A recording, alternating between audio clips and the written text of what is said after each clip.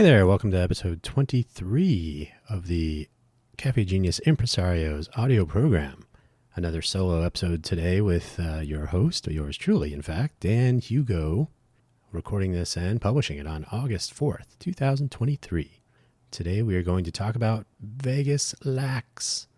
I know it sounds very glib, and it is, but that's okay.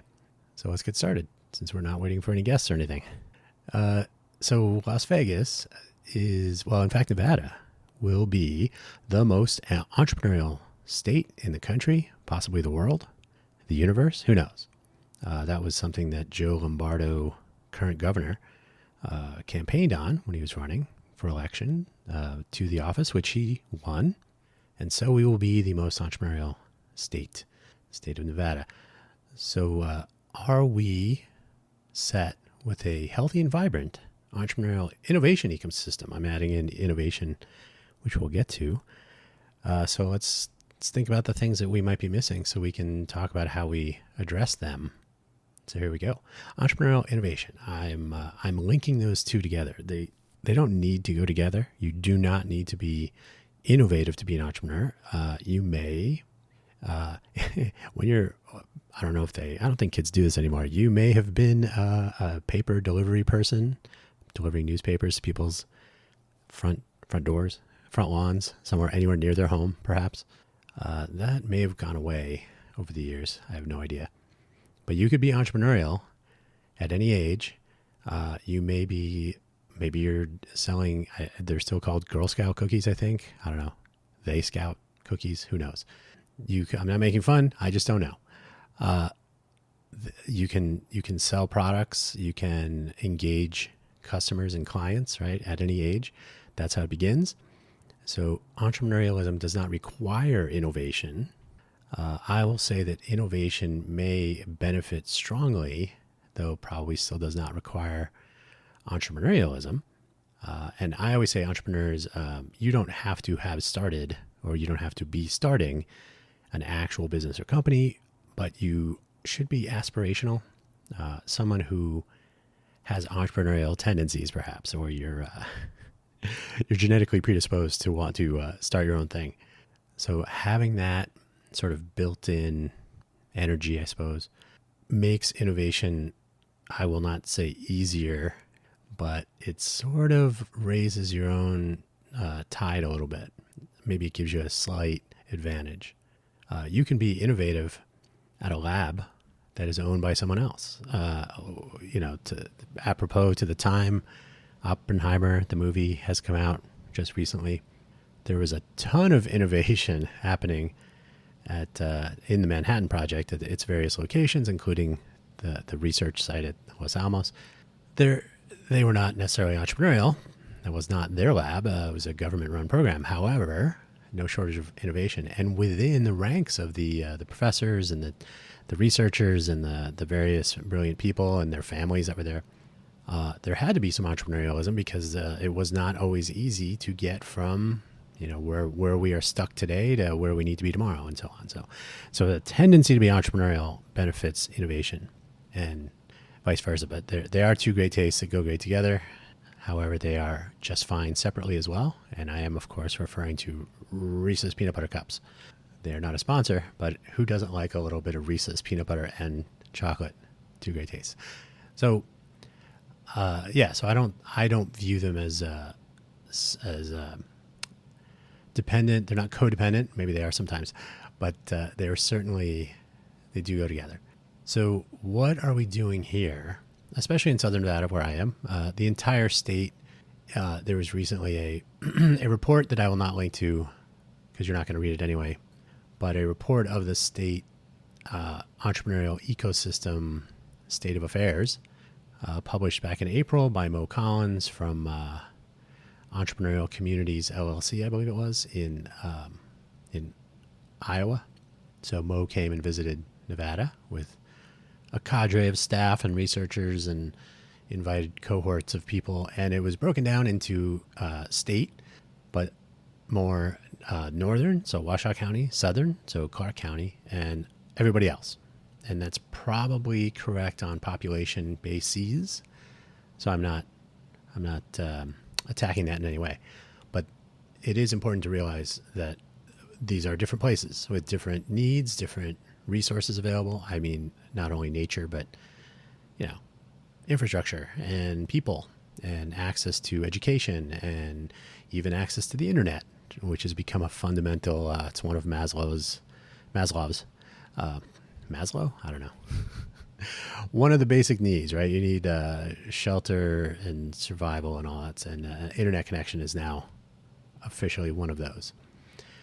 So the question is, are we going to evolve a culture of innovation and entrepreneurialism from wherever it is today to whatever it takes to be the best, the number one, the top?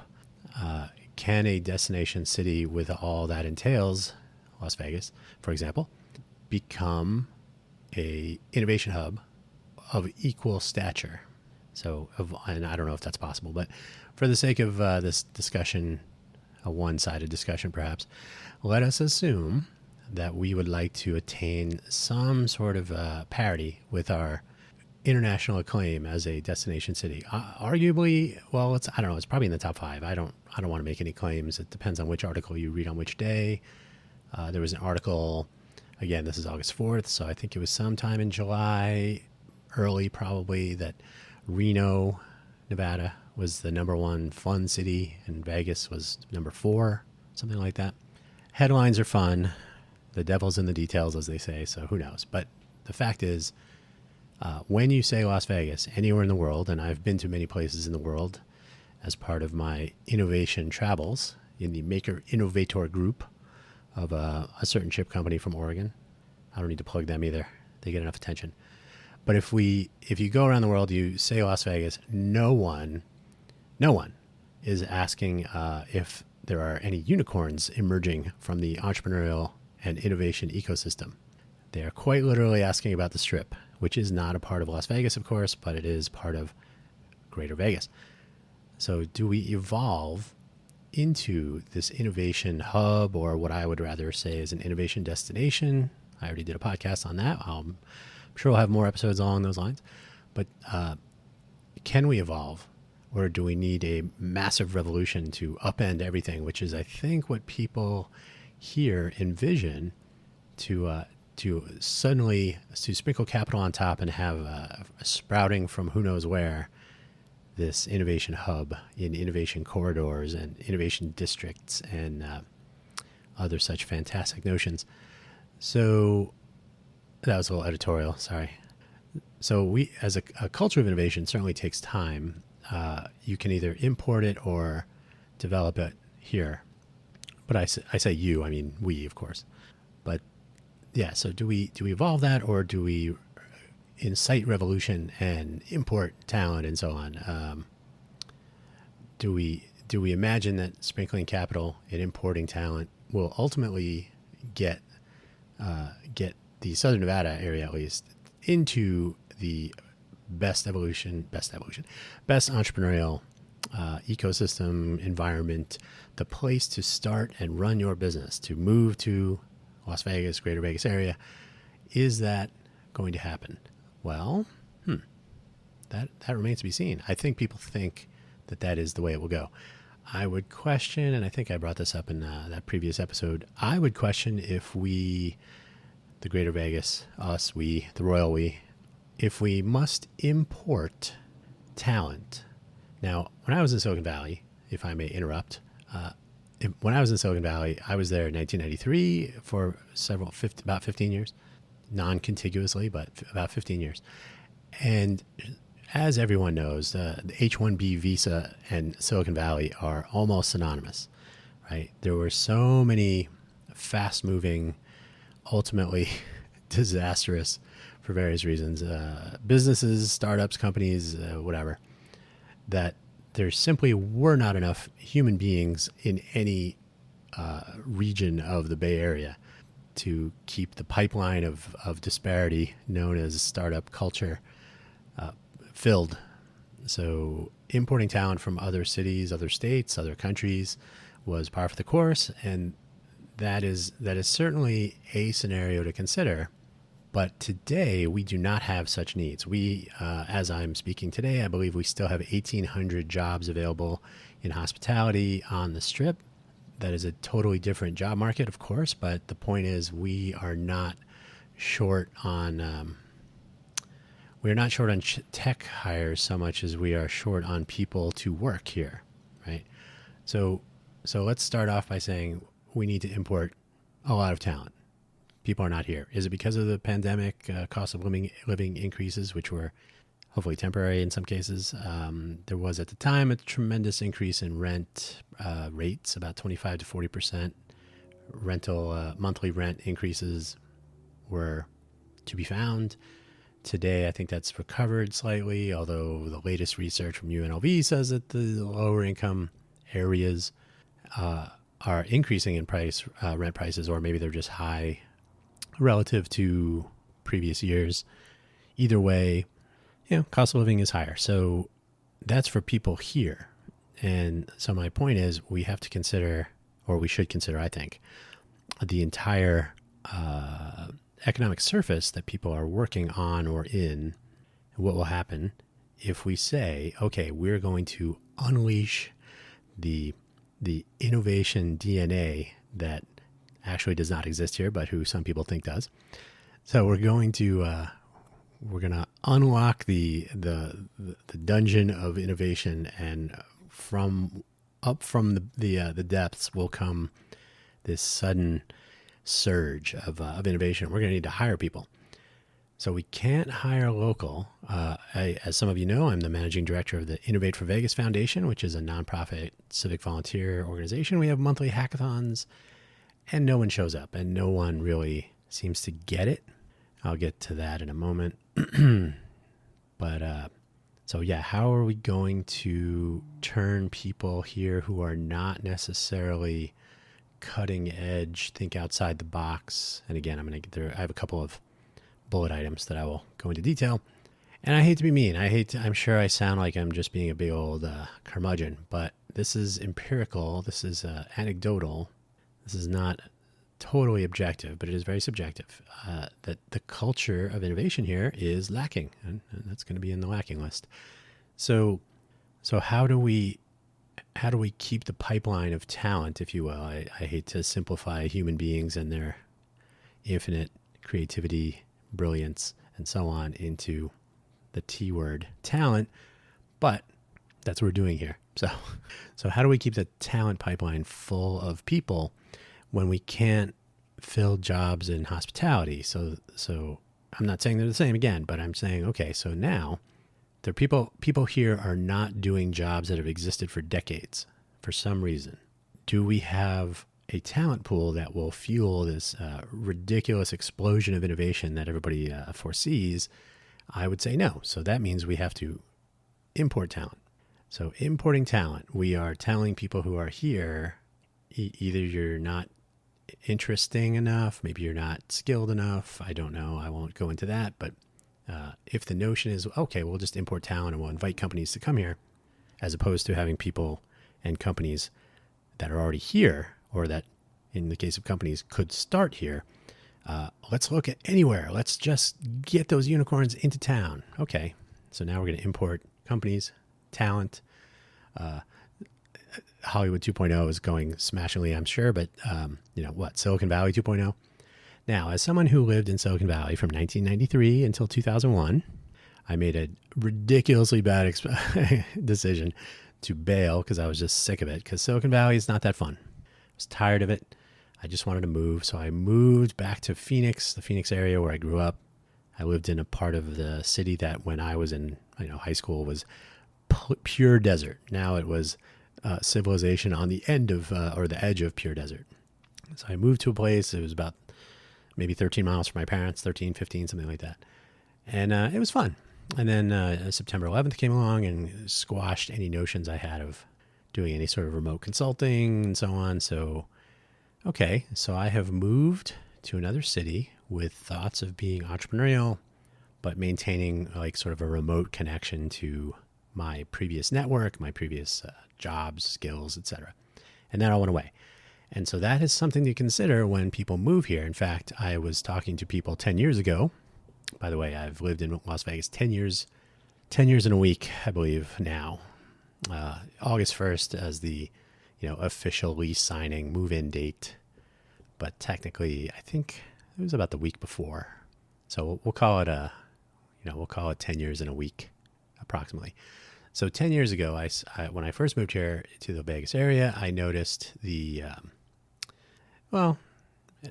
a different place. So I started speaking, and Downtown Project was just sort of blossoming, and that's another topic. But we did talk about the retrospective project in a previous episode as well. So we do want to take a pointed look at the Downtown Project era, what worked, what didn't. But if we look back, or if I look back, I guess, if you join me, we can look at that time. And I started talking to people like, hey, okay, this Downtown Project thing, entrepreneurs, startups, just moved here from Silicon Valley. I would get this question: why did you move here from Silicon Valley? A little side eye, like we're trying to go to Silicon Valley. We want to start companies and move there, and sometimes that happened. That's not necessarily a bad thing. It's where the capital was at the time.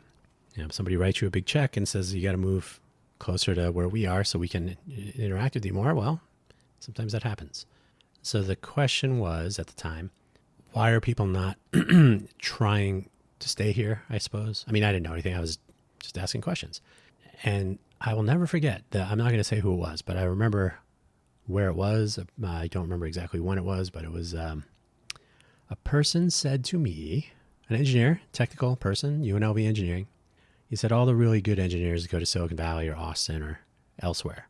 And that sounded a little dismal.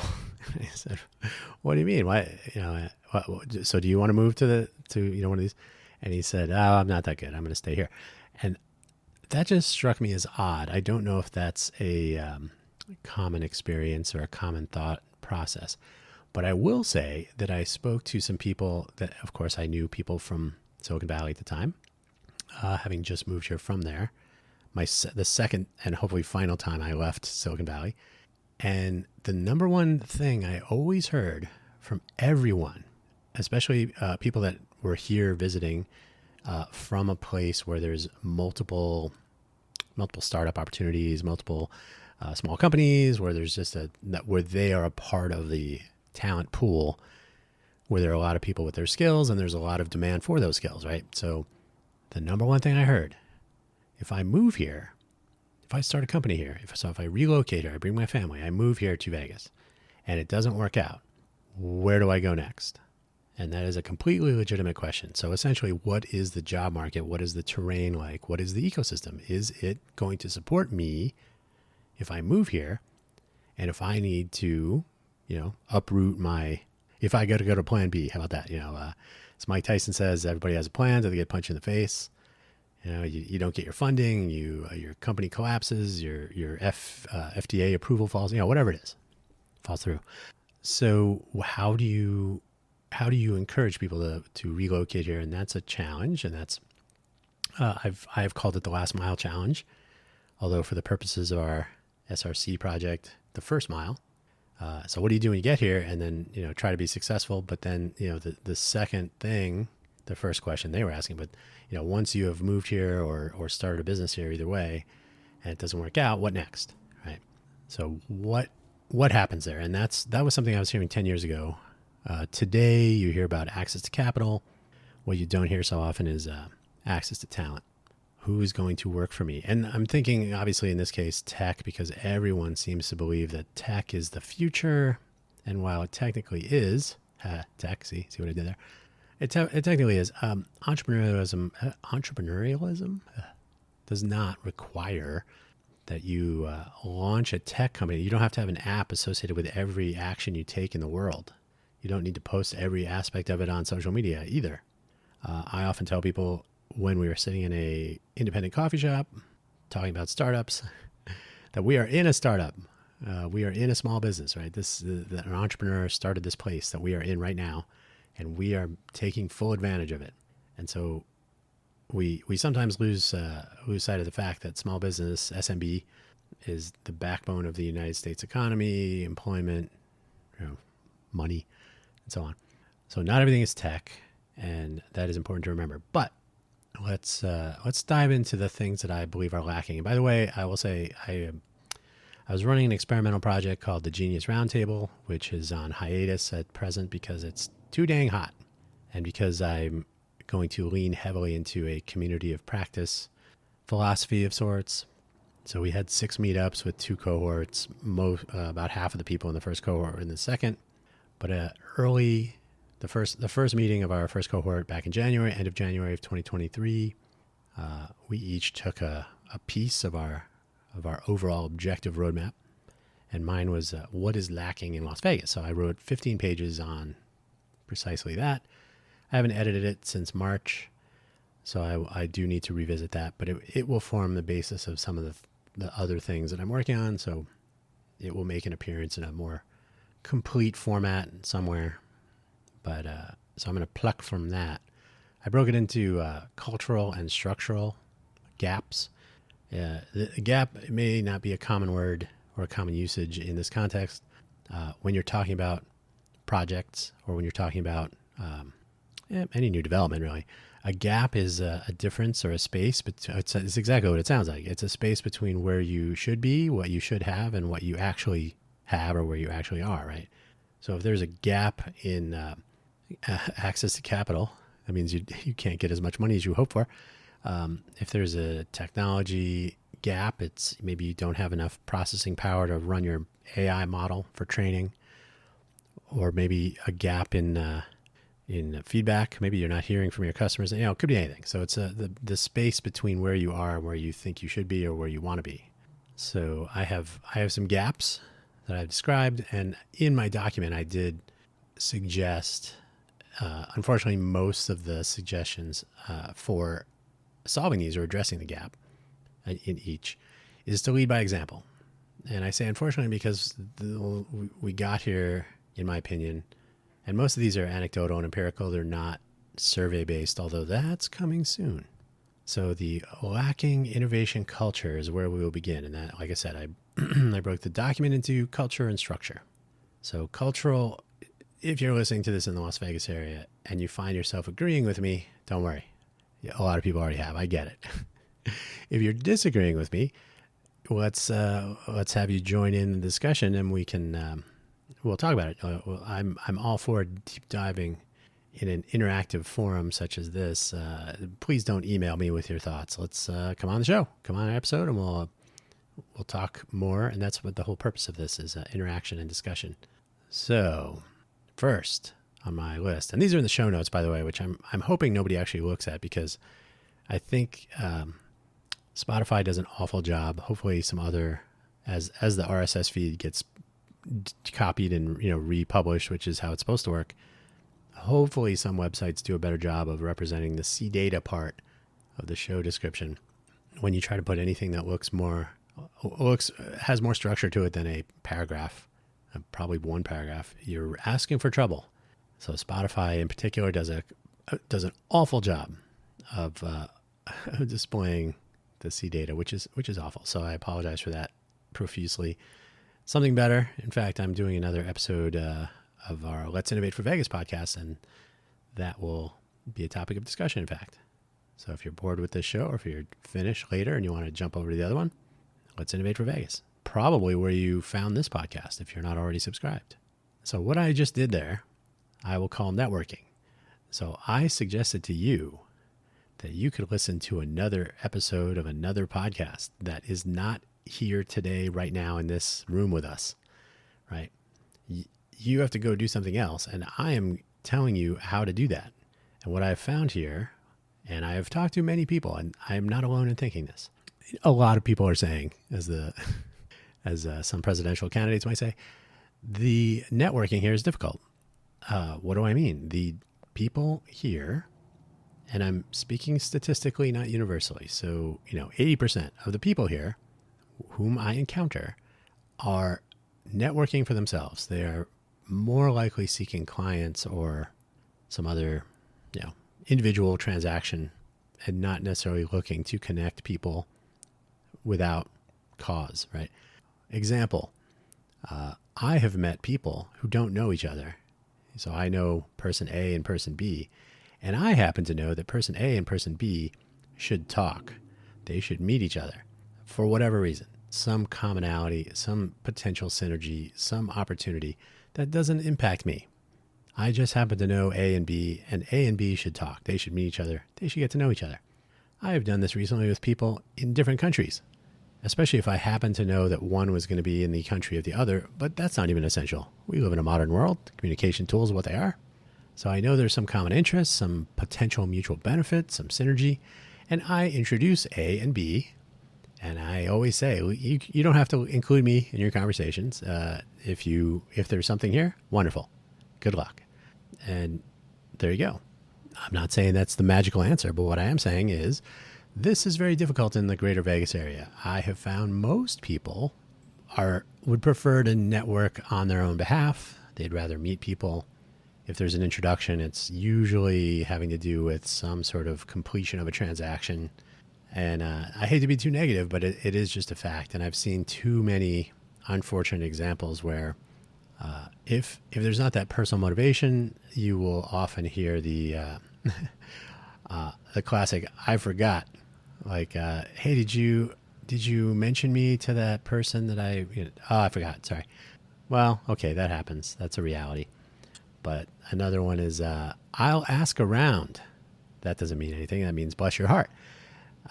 So trying to get like a second order outreach network effect is extremely challenging here. And you will say right away that it's true everywhere, and that may be, but I'm in Nevada and so are some other people. So for the moment, let's imagine that Southern Nevada is where we are focused. And then the other thing there is, because there's such a transient population here, people from other places, people who might just move away. Sometimes they don't tell anybody about this change of venue. So they don't say anything. That's called the Irish goodbye. There's some other, I think there might be a French departure or something. But the Irish goodbye is where if you're at a party or a celebration, you just quietly exit. You don't want to disrupt anything. You don't want to cause a ruckus. You don't want to interrupt discussions by, so you just quietly depart and people say, okay, must have left. So that will happen here. Unfortunately, it happens like mid-conversation about business or effort. Anecdotally, I've had that happen to me in the middle of a conversation about a project where I have spent time on it. And in the one I'm thinking of, free time, because I'm an idiot.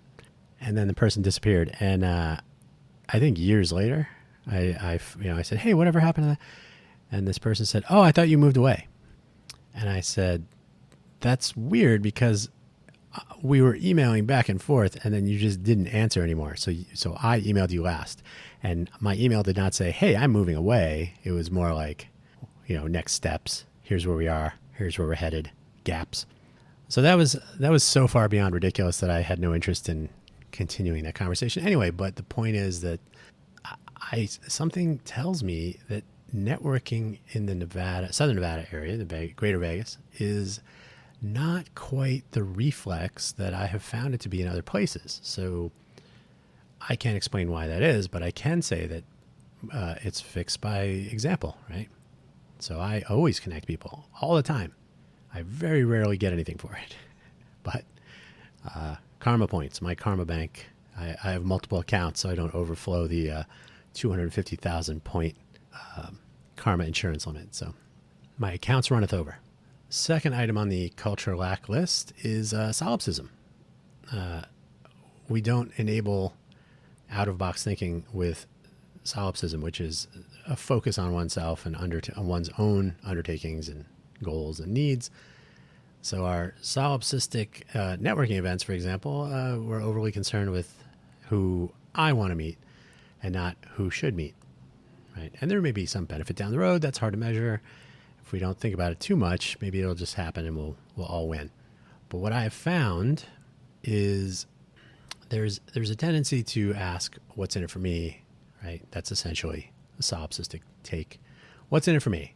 Whether it's participating in a hackathon or taking part in a presentation or an effort of any kind, RSVPs, something as simple as that, getting people to follow through. Well, it wasn't in my interest to show up, so I didn't. Because you didn't show up, the other people who did show up didn't get, maybe we needed a minimum of 4 people. Maybe it was a bridge meetup, the card game bridge. And maybe you decided to not show up, but also not tell anyone. So 3 people showed up. This is a contrived example, of course, but the time of the 3 people is now irrecoverably lost because the 4th person decided, man, I'm not going to bother communicating.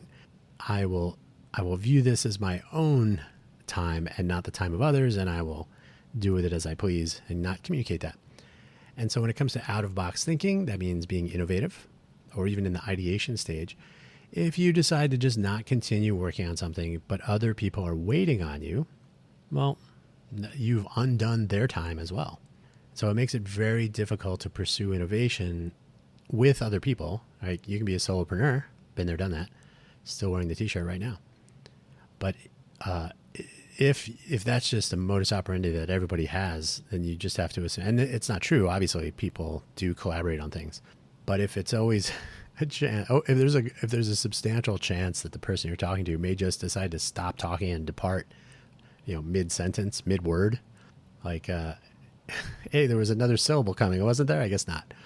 So solipsism does not lead to innovation, and it certainly doesn't lead to confidence in innovation. That is, do I want to commit to collaboration with a person who may or may not show up? In fact, for the Innovate for Vegas Foundation, we have our Agile for Volunteers approach, which is a 2-week iteration cycle. We only ask that you work on something for 2 weeks. Finishing it is a strong word, but make it into something that we can add to the project. And then you can depart if you want. We may never hear from you, but at least take the time to make that 2-week iteration some sort of value that other people can benefit from, especially if you took their time talking to them, learning from them, collaborating with them. Can't even get there. So, solipsism, in my view, that's even worse than the networking. They are related, but the overly self-driven, focus on one's own goals and so one's own drives. And I'm distracted because I'm looking at the 3rd item on my notes here. The drive is missing. That's what I was getting at. So I called it in my paper the drive to excellence, which is, it's difficult to quantify that. It's a sense you get. So I can give an example of where I find that lacking. And again, this is another Innovate for Vegas reference, but hey, we're going to do something new and innovative. Well, why don't we just do the thing that's already there? Right. So that to me, there's an engineering consideration there. Occasionally, and I would argue that engineering is mostly about making use of what you have, right? Making do with what you have, I guess. Like, how can we take what we have and repurpose or cost reduce, or how can we take these pieces and integrate them together? How can we make the sum larger than the whole? Oh, make the whole make the whole greater than the sum of its parts, right? How can we build something based on what we have and what we need, right? How can we connect those? How can we reduce that gap? Like we have some cake ingredients, or actually you see cooking shows like what can you cook with what you have in your refrigerator? I think there's a website that like a bachelor cookbook or something like, okay, I have these 5 ingredients. What can I do? And it gives you a bunch of ideas. So there is something to be said for using what's available. I hear this a lot with just use WordPress, and there's a time and a place for that. If you are opening a coffee shop, I love coffee shops. That's why I use that as an example all the time. If you're opening a coffee shop and you want to deploy a website, you do not need to hire a web developer, right? You need to hire a web designer who will make your logo, maybe arrange for, maybe they're a photographer as well, take some nice pictures of your products, your coffees, your beans. Maybe you're roasting beans. Maybe you have different production schemes, pour over, drip, espresso, etc. More than those would be nice. Espresso is overrated, but I digress. So you do not need to develop a platform to publish your website. You can make use of WordPress, or there's a few other ones. Drupal. Maybe you're going to start with Squarespace. There are a few others. Wix. So you are not in the business of developing technologies. You do not need to invent a website. You do not need to get into the battle between JavaScript frameworks. You don't even need to know what TypeScript is. So that's all well and good. I'm totally behind that. And when I worked at salon.com, they made the mistake of maintaining a publishing platform. Granted, it had emerged with the company, so there were people there that grew up with bricolage on the outside, but Salon was still running the thing that became bricolage, so it was something of a mess with many regime changes and technology smash-ups. But the bottom line is, if you want to deploy your product, and your product is not contingent on technology like a publishing platform, then sure, use what's available. Absolutely. For some of the things we're doing for Innovate for Vegas, well, it's right there in the name. We're innovating. So sometimes you look at what exists and you say to yourself, well, while that is interesting and possibly useful, part of the goal in innovating here is to, well, in fact, our organization looks also at, some skills development, right? How can we learn? How can we adopt some new ideas? How can we try some things out? And you can do those with WordPress as well.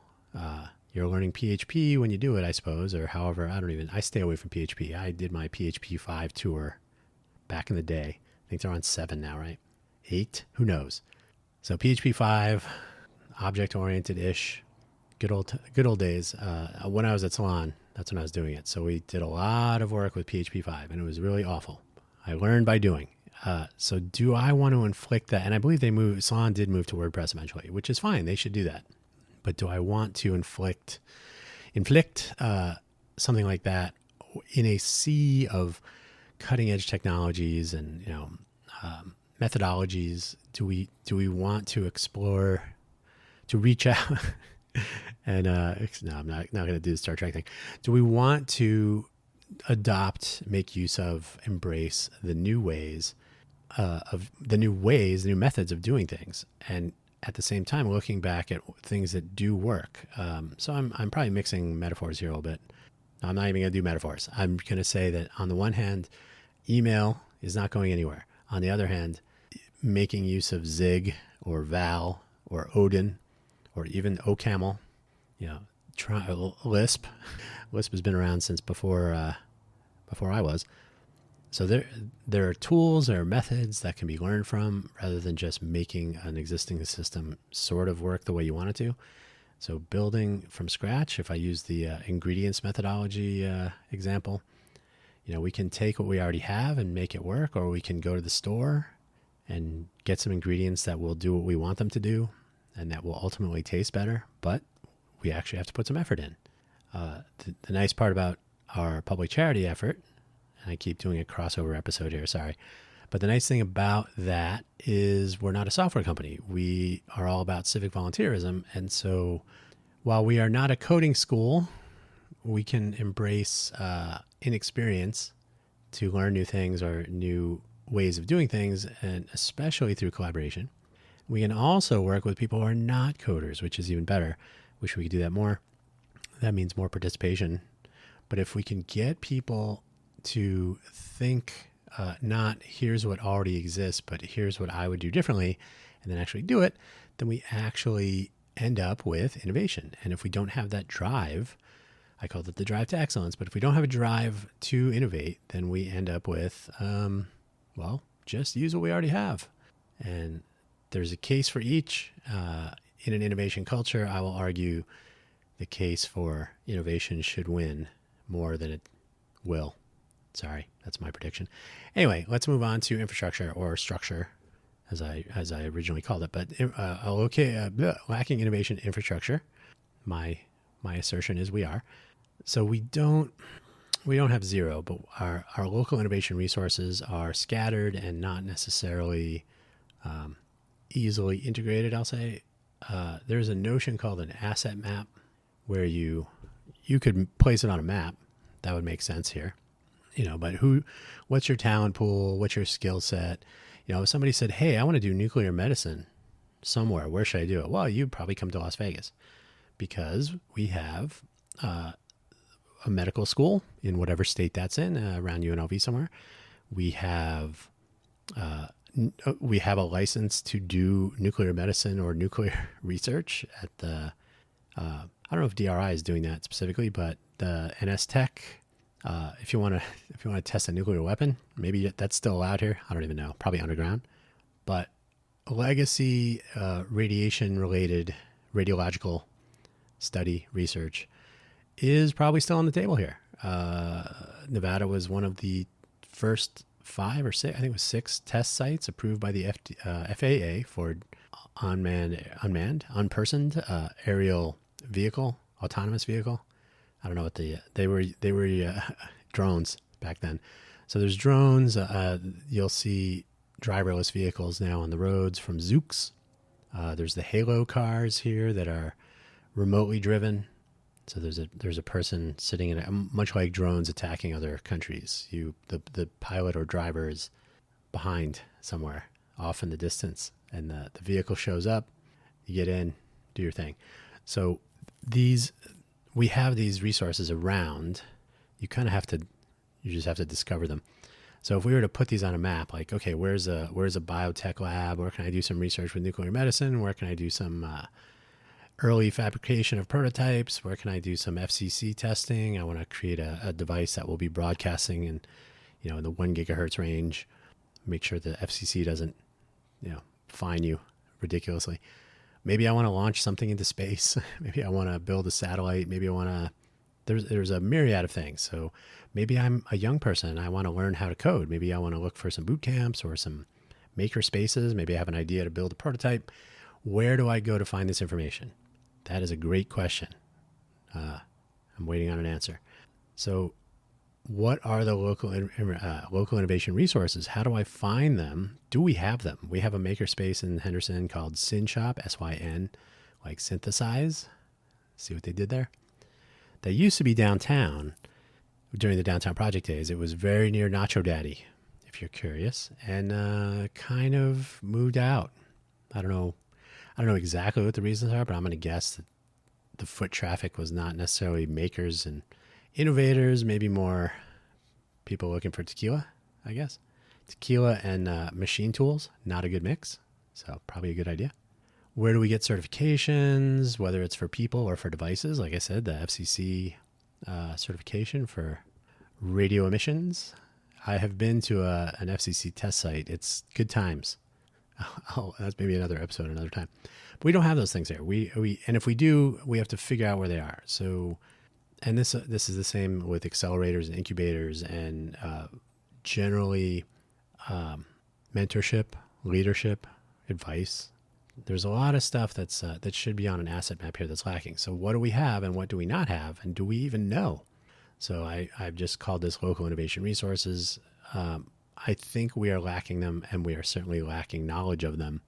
And I don't even know if individual resources, given the siloed nature of our ecosystem as it is today, if they would even know how to interoperate. So it is what it is. Second is a little bit self-serving, because today's episode of Let's Innovate for Vegas will be about our news project, making news.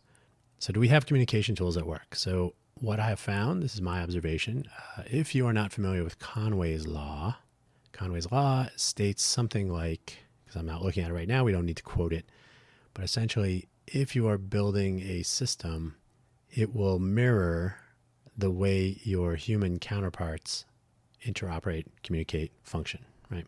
So what I've said this to people several times, the answer to a siloed community, insular silos, siloed insular communities, I don't know. If you already have groups of people who are not communicating effectively across their mini communities, for whatever reason, could be they just don't know how to find each other. They don't know how to synchronize their goals, their needs. How could we benefit from collaboration and so on? It sounds familiar, right? Maybe it's a cultural thing too.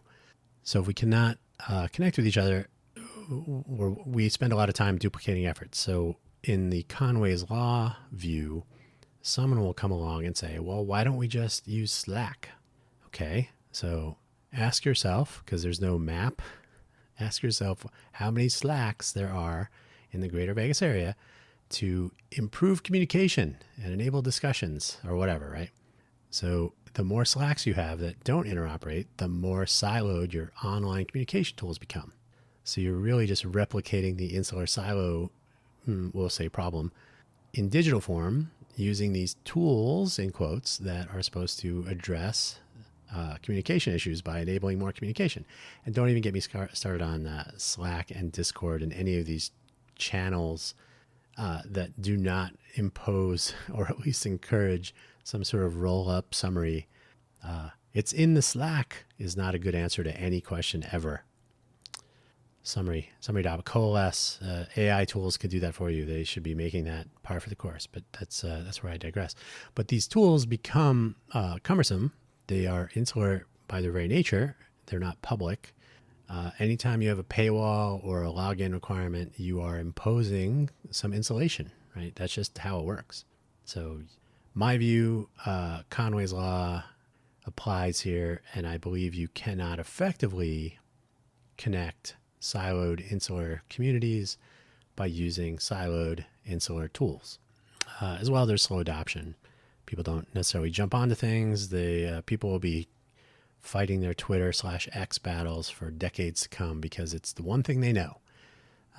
Strangely, they're probably not still on MySpace. I still have a MySpace account. I don't use it, but I have it. So people are slow to adopt in general. That's the 80% rule, right? So most people are going to stay on the trailing edge, which is fine. But if your trailing edge promotes insulation, rather than trying to get around it, then you just end up staying within insulated silos, and that doesn't really help. So our communication tools need to improve to enable people to collaborate, to make the most of their intersections, right? I've said to people, what if there was like a public Kanban board? If you're not familiar, it's a post-it notes on a bulletin board or whiteboard. Like, what am I working on? What am I blocked by? What things that are next, things that are done, etc. So you kind of have an idea of what the tasks are. What if everybody had a public version of this, and you might be curious, like, I have some time and I would like to help my entrepreneurial ecosystem. Oh, I see here that person needs some help on their, some text summarizing with some, they say ChatGPT, but maybe they mean Llama, or maybe they mean some other open source thing, or maybe they don't even mean that. Maybe they have a different thing that they don't even know how to phrase correctly. So I'll interact with them a little bit and I'll help them out on this one thing. Good luck finding that in a Slack. Like, which Slack? Who knows? Good luck finding that in any forum style where you have to wade through piles of text and chit chat and commentary and off topic and so on. So, making use of modern tools and connecting them with legacy things like email, or maybe somewhere in the middle with some sort of chat application like Matrix. These are all things that could happen, but slow adoption will slow that down. I would also ask where innovation fits in our destination city. We are a city that is built on the inability of people to do math. I say that half seriously. I'm paraphrasing and sort of cherry picking one version of a quote from Penn Jillette of Penn and Teller. He's had a few variations of that statement, but it's essentially he will joke about how only in Vegas will you advertise like a 93% return on your on your investment in a gaming device. Slots, I think, in that case. So physical slots or video poker or so on. 93% returns. That's not 193%. That means you get some of your money back. So yeah, we're a city that's definitely aimed at entertainment, tourism, conventions, gaming. Certainly professional sports have entered the picture quite loudly, brightly, I guess, in a picture. A lot of saturated colors. So we are most definitely leaning into, and appropriately so, into being a destination city. People come to Vegas for a variety of reasons. We're somewhat family friendly, although that is rumored to be, the pendulum seems to be maybe possibly swinging back towards more adult entertainment. And that is actually an issue that I will get to in a moment on our closing remarks. We're almost at the close, so don't worry. So if you are a destination city built on these fun times, the fun economy, as someone at UNLV has referred to it, And this is a person high up in the business or economic, whatever, at UNLV. So when you talk about the fun economy, you are not talking about moving here to form startups and so on. You're talking about people coming here on vacation, people coming here for trade shows, conventions, people coming here after a breakup or other, maybe coming to get married and divorced in the same weekend. Who knows? But as I said earlier, I used to travel around quite a bit for my employer in the Maker Innovator Group, going to hackathons, going to Maker Faire, for example. Why is there no Maker Faire in Vegas? Think about that. So in those travels, at no time, and I say this most glibly, at no time were people asking what the startup culture is like in Las Vegas. They were thinking the Strip, they were thinking gambling, they were thinking about loud, bright, blinking lights, slot machines, right? This is the impression the world has. Now, not to say that this is universal, it's just common. Not to say it can't change, although it will take a lot of effort. We talked about ecosystems and climax communities a long time ago. It'll come up again, but not today. So I would ask, and I have, where does our innovation roadmap fit into the destination city infrastructure we do have? So we already got all that stuff covered. We're building more stadiums. I have said very glibly, we're spending public money on stadiums. We're not spending it on makerspaces, certainly not on that scale. With respect to the Becker Tech Center, Ernest and Betty Becker, did I say Beckett? Becker, put money into the Becker Tech Center, so it's the Ernest and Betty Becker Tech Community Center, I think, whatever the full name is. So a makerspace for the community. It's on the west side of Las Vegas, in the city proper. It's run by the city. 3D printers, esports, a media production studio, and at the same time, a basketball court outside, drone soccer, nice crossover outside. So yeah, there are things like that here, but they are few and far between. So let's really be honest. A lot of the money goes to the highly visible components of what makes Las Vegas Vegas, and then the big news in any sort of innovation is that the Boring Company is going to be putting 68 miles of tunnels under the city, which are essentially just underground Tesla lanes. So the innovation, I guess, would be in the speed at which these tunnels can be run. I would really be fascinated if a monorail could be installed. I come from back east. The subway was a completely legitimate way to get around some cities. Definitely true in other countries. A combination of subway, above ground rail, monorail, trains, electric or otherwise, buses, public transit.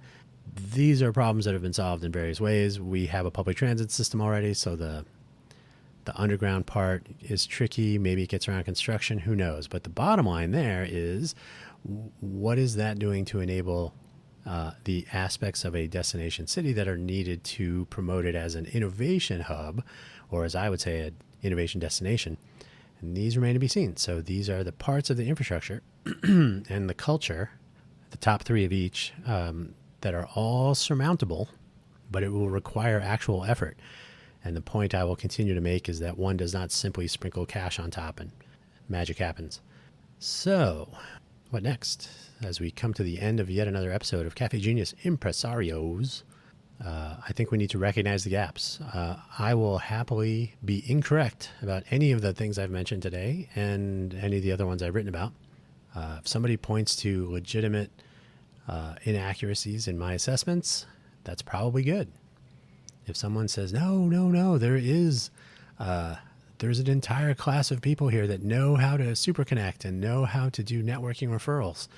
They're all real estate agents. That doesn't count. I'm looking for real answers, not anecdotal departures. These have to be systemic. They have to be uplifting, not just special cases. So I'm really hoping that I'm wrong, though, and I would love to know where I'm wrong so that we can hold those up. We need to lead by example. So most of what I'm doing because I think they're good ideas, and so I'm jumping in. In our episode of the Let's Innovate for Vegas podcast today. So look for that on your favorite podcast channel. Let's Innovate for Vegas. We're talking about making news, which is how do we make a smart city communicate better with itself? While there is always going to be a place, probably a shrinking place, unfortunately, for real, exclusively professional journalism, news outlets, I don't know what the current state of affairs is as far as consumer confidence, if people trust, if they've been taken over, as so many have here in Vegas, with advertising and paywalls. And while on the one hand, of course, people need to be paid for their work, on the other hand, it's very invasive. And when advertising of all manner of ridiculousness, even on CNN, and I come from a time when CNN used to be credible, so stop laughing. But if we look at a website, or if we look at content of any kind, video, audio, podcast, whatever, and they are laden with horrible advertising, I think it detracts from credibility, which it should not. Realities of economics still come into play. But if we are forced to endure horrible advertising and, sensational headlines and so on, then people slide back to social media and quips and commentary and perhaps sometimes misinformation. So leading by example in this case is that we are taking some of the projects we already had, Smart Social, My Vegas, which will become My Muni, and possibly, it makes sense from the beginning, but eventually, the Open Data Capture platform. So we should be enabling the interaction, not through social media reposts of news and sharing with quips and commentary and motivated reasoning and so on, but actual community participation. So at municipal scale, how do we enable people to share not only their views on what's happening and their quips and sardonic wit, but maybe actual coverage from on the ground, as I like to say. So people that are, in situ. If I want to report on people street racing around me, because I have a quick video clip or a commentary with a map location that I can write about, I'm still a credible source. I don't have to be a professional trained journalist to report on that as though it were a fact. And in a setting like nextdoor.com, for example, it is far too easy for that to turn into epithets about the people possibly involved in these road racing. Could be some rage in there. So it too quickly devolves into a waste of time, to be honest, and worse. So bringing a open source platform to city scale, municipal scale participation, making modern tools work to be used for sharing information, for discovering information, and so on.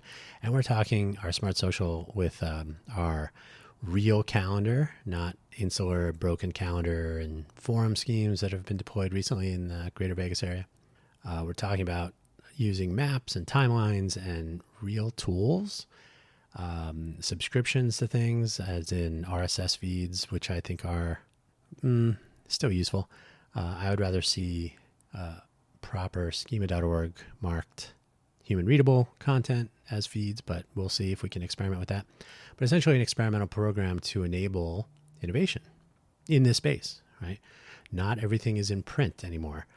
In fact, most things are not. And our news sources today are about eyeballs, so headlines, and that's nothing new, and about presenting stories as though they're appearing on paper. And that's where some innovation can happen. And why not communicate with 40 million people visiting our fair city, our fair Southern Nevada region every year, according to LVCVA, the Convention of Visitors Authority. So we can engage with a giant slice of the population of well beyond Nevada and try some ideas out about how to share information about the place they're visiting or the place where they live in the minority case. I think Southern Nevada population is about 2.3, 2.5 million, something. I got to get that number for real, but it's something like that. And then do it again. So in case you forgot, I made the 2 points. We need to recognize what we're lacking, where the gaps are. We need to lead by example as a starting point to addressing those gaps and maybe closing them. And then we do it again. So demonstrable success, even in small doses, maybe our open source news, social news, if you will. Maybe that platform will actually make a difference and raise some eyebrows, open some eyes, get people talking. I would love it if it would make it easier to discover things like our International Space Apps Challenge hackathon that we are participating in for the first time since 2019 as a city. So the Las Vegas local event is on the map. There's one person signed up so far. It's been 2 weeks. So that's encouraging.